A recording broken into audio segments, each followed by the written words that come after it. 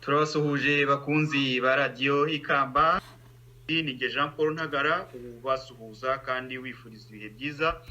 Turavuga tuti abasope baba barimo kugambanirwa impande zose nkuko byagenze hagati ya 90 na 94.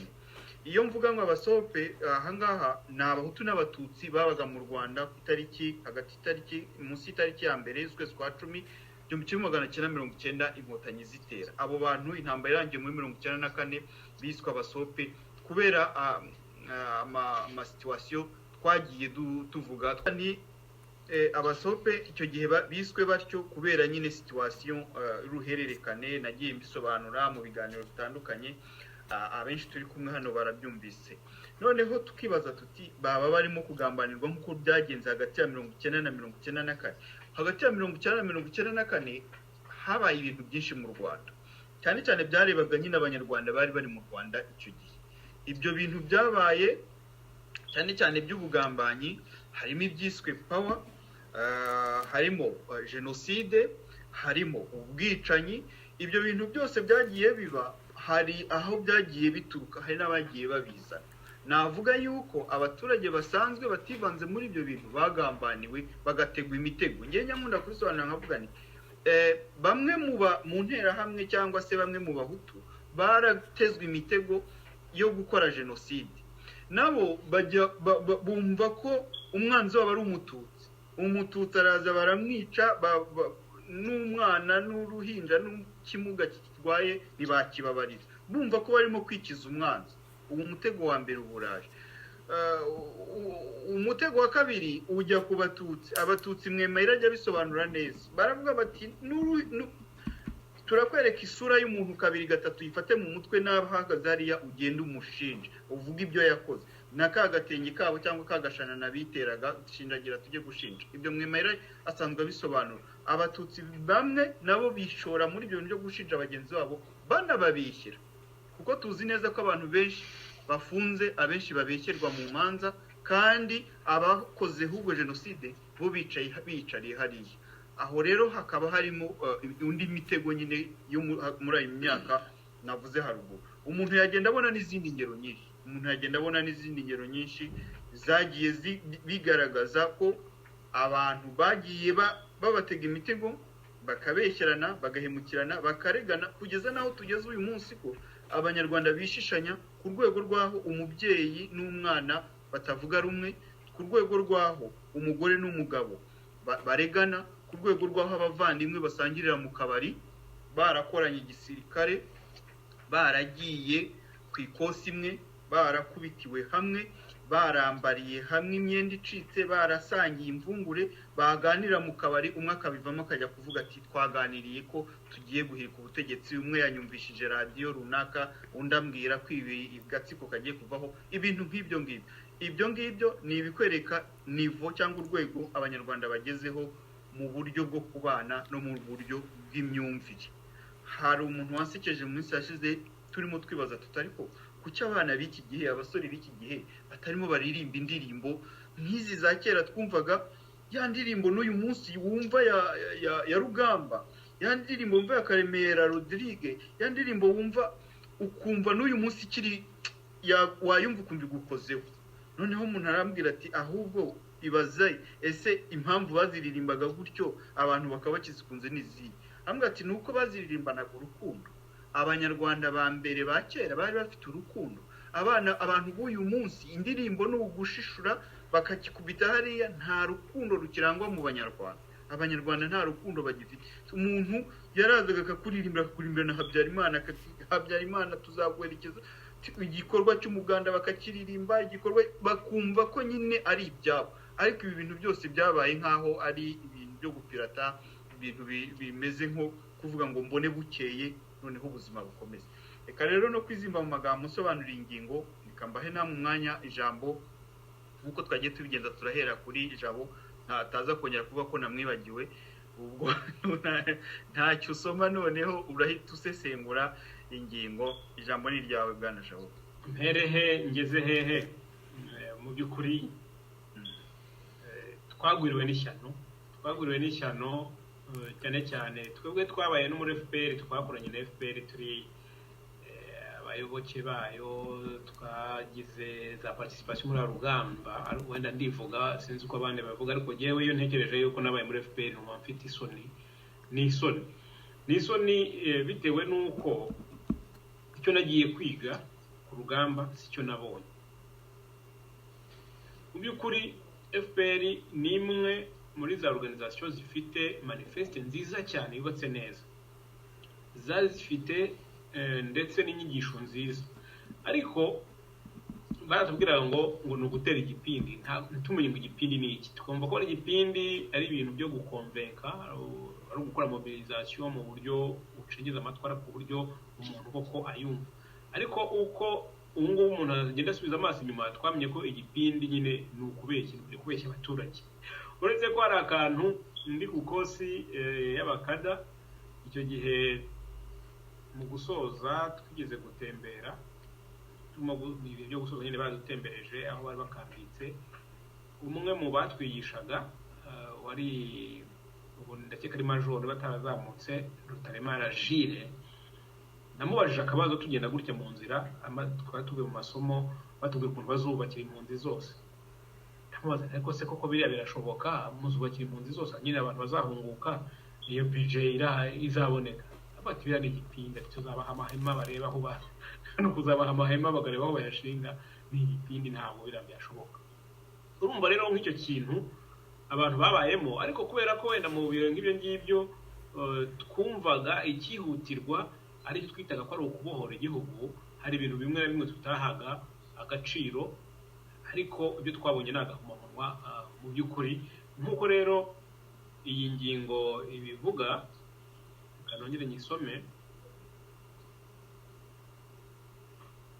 aho ingingo yacu iravuga ngo ese abasope baba barimo kugambanirwa impande zose ahubwo nanasubiza nti bagambaniwe kera ntibabimenya bagambaniwe kera ntitwabimenya bamwe nk'uko maze kubivuga ko nabaye ku rugamba rwa FPR twatangiye kubitwa amafuni tukiri ku rugamba kuba barinjiraga muri FPR warize byari umuziro kuza uvuga ngo waje muri kaminuza kuko abantu bumvaga ko nazavuga ko avuye muri kaminuza azahabwa inshingano mu rwego rwo gufasha wabisobanura muri zandi mu bihugu abantu bakoranaga urukundo natwe abantu bavuye mu Rwanda wenda iyo yabayeho no ku abantu bavuye muri Francophone Burundi no muri Congo abenshi n'abantu bari baragize amahirwe kujya muri kaminuza hari abayacikishijemo baza batarangije bavuga ati tugiye gutabara igihugu cyacu noneho yajya ku rugamba akavuga ati kugira ngo ngire umuganda ntanga mu rwego rwa niveau intellectuel nuko mvuga ibyo nize akavuga ati rwose yewe muri kaminuza nari mu mwaka wa kabiri wa mbere icyo cyari icyaha kibi cyane abantu benshi bagiye bakubitwa udufuni bazira icyo kintu abo mu Rwanda rero noneho waguvuye mu Rwanda uri umututsi uvuye mu Rwanda warabize muri kaminuza baravugaga bati ni gute umututsi ajya muri kaminuza kuri iriya leta ubwo uri intera hamwe abahitaga babica kinababaje nuko n'abafatanya byaha babo harimo na bamwe mu babaga baravuye mu Rwanda nagize interwa twari ndende cyane nkoreshejwe n'uwitwa Deus Kagira neza icyo gihe sinari muzi ariko naje gusanga ari umuntu nzi uko yarazi inkomoko ya papa akomoka mu Bugesera na Deus Kagira neza akomoka mu Bugesera nahageze anzi neza kuva kuri sogokuru umuryango wose n'ababiri na papa bose nukuvuga ngo ndi nkirira hato icyo gihe nanjye nagombye kuba narahasize ubuzima uretse ko zatanyine yambereye igitambo ntabwo rero kugambanirwa kw'abantu wisaba sopecya ari ukwa none ni ukwa kera noneho reka rero tuve kuri ibyo byo ku rugamba tuze mu Rwanda muri 90 iyi ntambara itera ikintu cya mbere cyabanje gukorwa FPR kugira ngo ishinge ibirindiro aho yabishinze ni ukubanza kwica no kumenesha abaturage yahasanze cyane cyane muri karere k'Iburasirazuba uhereza Kagitumba muzi kwibirindiro uko byaje kugenda bikura byagiye betanda no muri Noro ahagana za Butaro ahantu hose FPR yari abaturage utarakijwe n'amaguru yarapfuye ibyo ntabwo twabimenyaga kuko nta social media zari zihari bwizi cyangwa se niyo zibaho wenda bari kumenya uburyo bikamufura ariko burya hari ntabwo amakuru wayahisha ngo uzahisha igihe cyose twaje kumenya rero hari ahantu impamvu banavuga ngo za komene giti ngo nta jenoside habaye, FPR rero irangije yo kwikorera abaturage yahasanze, ntabwo rero yari kuhaba. Abari i Kigali muribuka déplacement, abo bitaga les déplacés de guerre ba Nyacyonga bari batutse muri biriya bice, abo n'abagiye bacika ku icumu rya FPR aho ngaho. Noneho FPR rero igiye yigira imbere igihe indege imaze guhanuka, ikintu cya mbere bazaga gukora nicyo bitaga gufanya no kuvuga iki, ni ukwica abantu abahutu de manière ciblée. Sinanavuga ko ari de manière ciblée kubera ko nyine iyo wazaga tari umututsi wenda babeshya ko barakoye, abenshi bahitaga babita interahamwe, ariko mu by'ukuri sinibaza ko umukecuru imyaka 80 yaba ari interahamwe, sinibaza ko uruhinja bari bahetse rwaba ari interahamwe, bagendaga bafata imiryango yose bakagenda bica, ndetse bageze naho bica n'abatutsi iyo babonaga ari nk'umututsi uzuye ari mu gihiriri kirimo n'abahutu, niyo babaga babimenye nawe yajyanaga nawe. Ni ukuvuga ngo rero mu by'ukuri biragoye, wenda amateka azadufasha kumva icyo bari bagamije. Ntabwo FPR ije kubohora igihugu, ije gutabara abanyarwanda, ahubwo ngira ngo yaje kuvuga ngo abari mu Rwanda bapfe bashire cyangwa se bahunge, twebwe turwinjire. Ibyo hari abantu bagiye bitesha agaciro, wenda babona ko ari ingaruka z'intambara, byagiye bivugwa ibyo bita dommage collatéraux, abantu bagiye babivuga mu myaka yashize, ariko ubu ngubu realite zigera zigaragaza ko bitari dommage collatéraux, ahubwo bwari ubwicanyi planifié bwateguwe bwo kwica abantu runaka. Uyu munsi rero wenda mu gihe tugezemo, ubwo ndasimbutse ntabwo ndi bujye muri za detaye, ariko wenda ko umuntu atasimbuka cyane ni uburyo FPR yakurikiranye impunzi muri Congo yitwaje intambara ya Kabila wa mbere, ikajya gukorerayo ubundi bwicanyi. Muri raporo mapping bemeza ko habonetse urukiko yemeza nabyo byakwa jenoside yakorewe abahutu, ndetse akaba n'ikikofwe ya organisation zimwe na zimwe. Icyo nacyo numva ari ikintu umuntu atasimbuka. Ntabwo numva ukuntu mu by'ukuri bisha abantu mu gihugu kugeza n'ubwo bakurikirana iyo bari, noneho ubu ngubu aho byitwa ngo babonye stability gatoya, batangiye gukurikirana no mu bihugu bya kure abanyarwanda babica. Ariko noneho kubijyanye n'abanyarwanda bahoze mu gihugu, bahimbye akazina k'abasope, ntekereza ko hari umugambi mubisha FPR duhishe tutaramenya. Uyu munsi ninde wapfuye, ninde waburiwe irengero? Nabo ngabo n'abanyarwanda bahoze mu gihugu mbere ko FPR iza. Umuhutu wahoze mu gihugu, n'umututsi wahoze mu gihugu. Ninde wishwe? N'umuhutu wahoze mu gihugu mbere, n'umututsi wahoze mu gihugu. Ninde babeshyeye ruswa? Ninde birukanye mu butegetsi? Uretse wenda nk'abemeye gukoma amashyi nk'abampora iki, ariko nabo nabita ko ari aba victime buriya mu myanya barimo, kuko nibo bari gukoreshwa. Kuko njyewe ntabwo numva kugeza ubu, sinumva ukuntu umuntu w'umuhutu nk'abampora iki uyu munsi ari uri gushinja abatutsi gupfobya jenoside. Urumva ko nabo ni victime, ni igikoresho, kubera yuko FPR ivuga ko yahagaritse jenoside yagombye kuba niya mbere. Abo bantu bayo bo muri Nwayo bagombye kuba bambere kwigaragaza mu guharanira ko iyo jenoside abantu batayipfobya. Ariko noneho bari barakoresha nyine bantu babasope, babateranya na bagenzi babo, babasiga icyasha kugira ngo ari bo bajya gutoteza bagenzi babo. Urumva ko ni strategy icya mbere yo kutwica, icya kabiri yo kuducamo ibice no gukomeza kuturyanisha. Ikindi abayihungiye hanze, abagerageje gukora les activities, ikintu bakora ni iki? Twe tugira abantu b'inshuti, umuntu akaguhamagara ngo ari iki inshuti, ati ibyo ni ibiki urimo, ati nakubonye uri kumwe n'intera hamwe. Hari umuntu kubaza ni intera hamwe uzidentifia gute? Nubwo buri urumva ko kuba bari mu gihugu, batoteza bari mu gihugu ntibihagije, barashaka ko n'ababahunze hanze babaryanisha, wenda kubera ko batabashyikira nk'uko babyifuza, babaryanisha. Bamwe bavuga bati aba ni intera hamwe, ni ibigarasha. Ubwo bigarasha icyo bisobanura, iyo bavuze ikigarasha baba bashaka kugaragaza ko ari nk'umututsi nyine bwo watannye, noneho utari umututsi bwo ni intera hamwe, kugeza n'ubwo batangiye kwinjizamo abantu mu generation après generation ko abantu ari intera hamwe. Muri make rero wenda tugakomeza tugenda tubyungurana ibitekerezo. Muri make ntekereza ko abanyarwanda bahoze mu gihugu bakwiye kwirinda kugwa mu mitego ya FPR, mu mitego yo kuryana, mu mitego yo kuyishyigikira buhumyi. Hari abayishyigikira buhumyi, hari abitwa abarescape bayishyigikira buhumyi bakemera bakarwanya bene wabo. Nigeze kumva umuntu nari nzi umurescape cyane, mvuze kuri Kizito yaranyitanye ndumirwa, avuga amagambo mabi cyane ku rupfu rwa Kizito. Mba ndumiwe. Urumva ko ni ideology mbisha bari kugenda bashyiramo abantu babateranya, abandi nabo bagakurikirana buhumyi.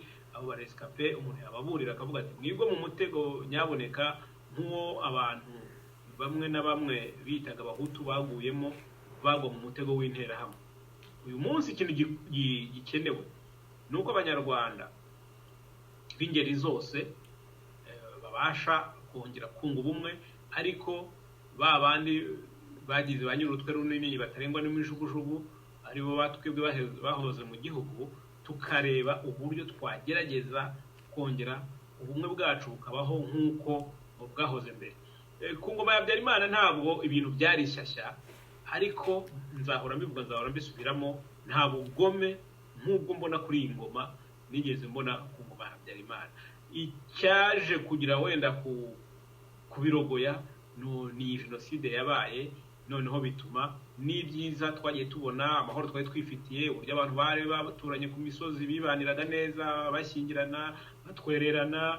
Bamwe mu byaro ndibuka ko abaga igikorwa bita ubudehe, wubatse nyine agasaba abaturage kuza kumwubakira, bityo kandi bigakorerwa mu baturage ubwabyo, ku buryo ikintu cy'ubwoko cyari gisigaye mu bintu bya administration, kandi nabwo muri administration bitagaragara cyane, ari ibintu bike cyane, ari ibintu biri kuri nivo ntoya cyane. Aba rero nagira inama abanyarwanda kongera kugira umuco nko bari bafite, umuco w'ubumwe, umuco wo gukunda no ko bakundanaga, umuco wo kongera gukubana urwikekwe nk'urw'ubu ngubu abantu bafitanye, kuko FPR yatubidemo urwikekwe, umututsi aratambuka, umuhutu akamwikeka, umuhutu yatambuka, umututsi akamwikeka, ariko wakurikirana ugasanga ntacyo bapfa, ahubwo twarabaye manipulé, turi muri manœuvre za FPR zo kuduteranya, kandi ku nyungu z'abantu bakeya bari muri ako gatsiko ka FPR. Murakoze, reka mbe ngahaje.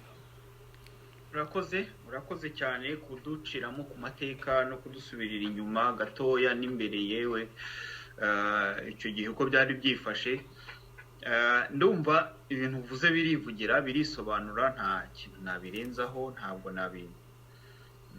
nagira icyo mbisobanuraho kindi cyangwa mbikorera resume, birisobanura. Reka ahubwo twumve Madame Mayire, hanyuma tugana no ku musozo nyine. Murakoze. Nkuko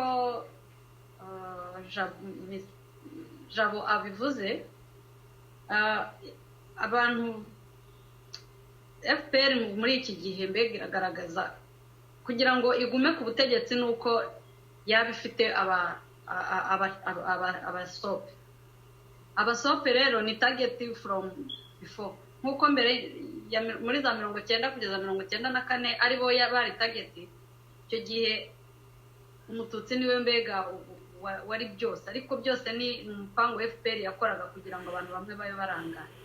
Uyu munsi rero nabwo ibacamo kabiri, birashaka ngo abahutu bajye ukwabo n'abatutsi ukwabo, nibarangiza abari bo bazajya bahora birwanira, byo ihagarare hari reya nk'umusifuzi, nk'umuntu mbese uraho wo gukemura ibibazo, nuko mbese nibwo iba yungutse yo, kubera ko dushyize hamwe nitwe mubare munini mu by'ukuri.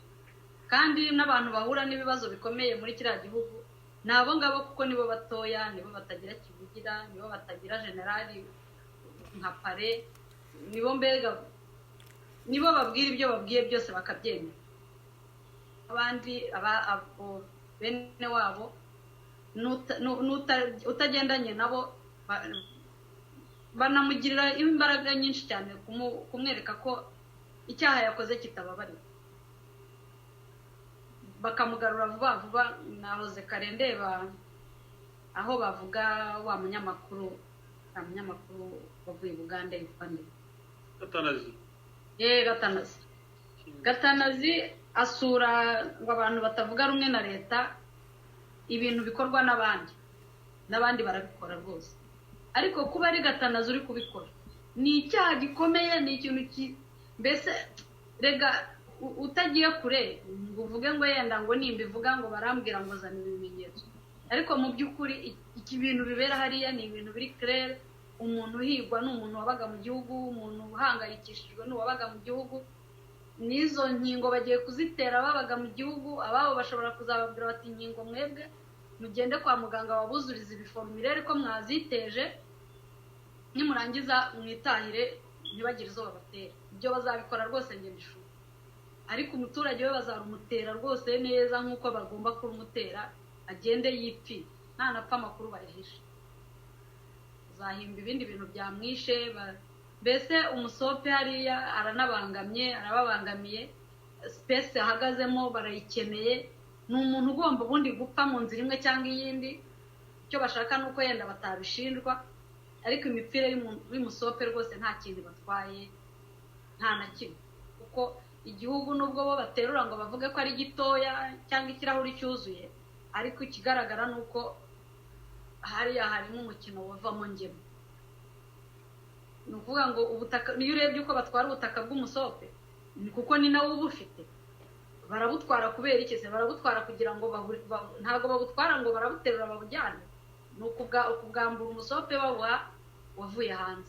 Ibyo ni ibintu bigaragarira amaso. Amategeko ashyirwaho yose ni ayo kubangamira umusope. Niba ushyizeho umuntu afite agasambu ke kangana ukuntu kera rimwe ubundi kakarumba cyangwa agahinga bakabirandura, ukagaruka ukakamusoresha, nose uramusoresha gute n'ibyo yahinzemo atarabisaba warabiranduye? Nurangiza umubwire ngo uramusoresheje, ngo nazana amafaranga umubare uyu n'uyu, umubarira imyaka 2 cyangwa 3 amaze yarananiwe kukwishyura, ubundi bamukubite fayini, bamwereka ukuntu amafaranga afite ideni rya leta, ubundi baze bati rero ni icyamunara ngaho genda bube barahatwara. Rero umusopa arabangamiwe, ntiyabona nuko ataka, ntazi riva n'irihita, yumva ibyo bamubwiye byose ari ukuri, ni nako bagiye kubateza ingingo nyine. Mbese umusope wongeyeho nk'indi myaka nk'iyi tumaze, yaba ari inkuru, mbese umusope yaba ari uwahunze wagiye hanze, nawe uzavuga ibyo hanze ntagire mwene waba uri mu gihugu ngo amubwire ibigezweho, agahora avuga ibintu bishaje kubera ko ibishyashya atabizi, ariko ubwo niwe uzaba ari we musope usigaye. Naho umusope uri hariya rwose ntacyo mwijeje. Ntakoze. Urakoze cyane.